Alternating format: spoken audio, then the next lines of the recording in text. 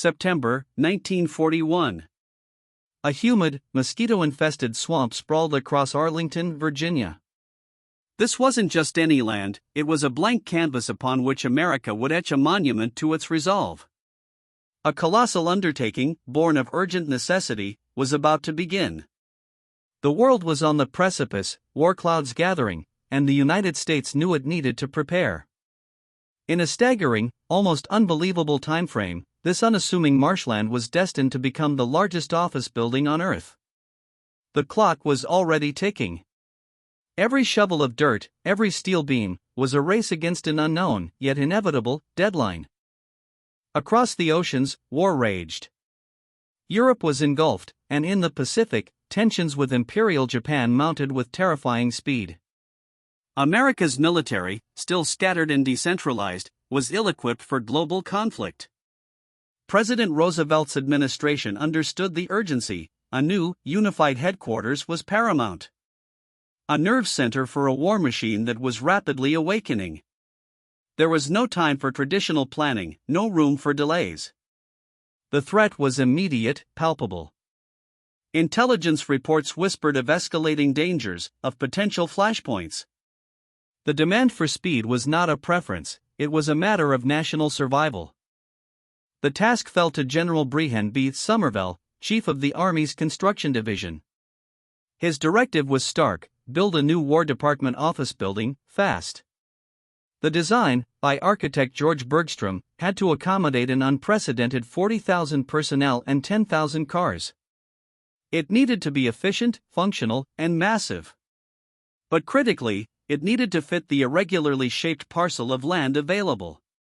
The result, a five-sided, five-story structure. A Pentagon. Its unique geometry was not just an aesthetic choice, it was a direct response to the constraints of the land, a brilliant solution to an impossible problem. The chosen site was problematic, to say the least. Officially known as Arlington Farms, it was a low-lying, marshy expanse on the Potomac River floodplain. The ground was notoriously unstable, a mix of silt, clay, and sand, saturated with water. Building anything massive here was a structural nightmare. Building the world's largest office building at breakneck speed seemed utterly insane. The humid Virginia climate added to the misery, creating oppressive working conditions. This wasn't just about design and logistics, it was a battle against the very earth itself. And every day lost battling the mud brought that ominous deadline closer. On September 11, 1941, the first shovel hit the ground. Not with grand ceremony, but with a quiet, desperate resolve. The project was initially budgeted for a staggering $35 million, a monumental sum for its time. From day one, the pace was relentless. Thousands of workers, many recruited from across the country, descended upon the site. They worked around the clock, under floodlights illuminating the swampy expanse through the night. The air buzzed with the roar of machinery, the shouts of foremen, and the ever-present hum of urgency. They knew they were building more than just an office, they were building an essential shield, before it was too late. The greatest immediate challenge was the soil. The engineers quickly confirmed their worst fears: the ground was far too soft and unstable to support such a massive concrete and steel structure. This wasn't just a hurdle, it was a potential showstopper, threatening to sink the entire project before it had truly begun. Foundations had to be dug deep, through the muck and mire, to reach stable bedrock. It was a Herculean task requiring innovative solutions, immense effort, and precious time. Every delay was a terrifying gamble, a ticking away of the meager 16 months allotted to them. The ground itself was fighting back. To stabilize the swamp, engineers devised an ingenious plan. Over 5.5 million cubic yards of earth were excavated, much of it dredged from the Potomac River itself to create a massive landfill. This also served a dual purpose, creating the lagoon that now graces the Pentagon's eastern side. Thousands of concrete piles were driven deep into the ground, acting as the building's anchor. This monumental effort, undertaken at a furious pace, transformed a bog into a solid base capable of bearing immense weight. It was a testament to American ingenuity under extreme pressure, pushing the boundaries of civil engineering. The sheer scale of materials required was staggering. Millions of tons of sand and gravel, hundreds of thousands of cubic yards of concrete, and untold tons of steel. The nation's supply chains were stretched, but the Pentagon project was given top priority. Trains arrived daily, laden with everything from structural steel to office fixtures. Sawmills worked overtime to produce the immense quantities of timber needed for temporary forms and scaffolding. This was an industrial symphony, orchestrated by the urgent beat of war drums, ensuring that the relentless pace of construction never faltered for lack of resources. At its peak, an astonishing 15,000 workers labored on the site every single day. They came from all walks of life, from all corners of America, united by a common purpose. Masons, carpenters, electricians, ironworkers, a vast, diverse army of tradesmen. They toiled through sweltering summers and biting winters, often in dangerous conditions, their efforts fueled by patriotism and the desperate knowledge of what hung in the balance. These weren't just hands on a job, they were the human engine driving America's war preparedness forward, sacrificing comfort and safety for a greater cause. Their sweat and toil literally built the foundation of the war effort. But beneath the unified effort lay a painful truth: the construction site, like much of America in 1941, was deeply segregated.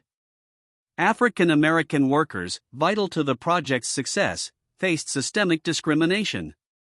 They worked long hours, often in the most arduous conditions, yet were relegated to separate facilities. Separate drinking fountains, separate lunchrooms, separate bathrooms. These were not mere footnotes, these were daily humiliations, a stark reminder of a nation grappling with its own internal contradictions even as it fought for freedom abroad. The very symbol of democratic defense was being built on segregated ground. The irony was profound. As America prepared to confront fascism and fight for freedom and equality on the global stage, it struggled to uphold those very ideals within its own borders. While the Pentagon was designed for efficiency and unity in military command, its construction workforce reflected the deep societal divisions of the era. The voices of those who suffered these indignities were often silenced, yet their contribution was undeniable, their labor indispensable. Their struggle to build a nation's defense while denied full dignity within it is a critical, often overlooked, emotional beat in this monumental story. This contradiction was woven into the very fabric of the building. Then, it happened. December 7, 1941. The attack on Pearl Harbor ripped through the nation like a thunderclap. The ticking clock had stopped. The deadline was here. The war had arrived. Any lingering doubts about the Pentagon's necessity vanished instantly. The project, already moving at an unprecedented pace, now entered a new, frantic phase.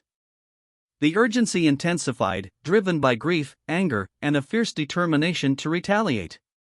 Construction managers pushed harder, workers toiled longer. The building was no longer merely preparation, it was a vital part of the immediate war effort, a shield forged in fire. Post-Pearl Harbor, the project became a nationwide symbol of resilience. The construction accelerated to an almost impossible pace. Sections of the building were already being occupied even as others were still being framed. Military personnel were moving into their new offices, setting up communications, and coordinating strategies, literally amidst the sounds of hammers and drills. The idea of taking a break, even for a moment, was unthinkable. The very structure itself was a testament to America's capacity to mobilize, to adapt, to build at an unimaginable speed when faced with existential threat. There was no longer a deadline to meet, only a war to win. The logistical challenges were immense. Coordinating the arrival of thousands of workers, millions of tons of materials, and then efficiently moving them around a colossal, active construction site. Roads were built, temporary bridges erected, all to ensure a smooth flow. Even the office furniture had to be planned and delivered to partially completed sections. It was a masterclass in organization, a testament to the ingenuity of engineers and project managers. This was not merely building a building, it was orchestrating a vast, complex machine, running at full throttle, to support another, even larger machine, America's military. By April 1942, just 7 months after groundbreaking, the first War Department staff began moving into completed sections of the building.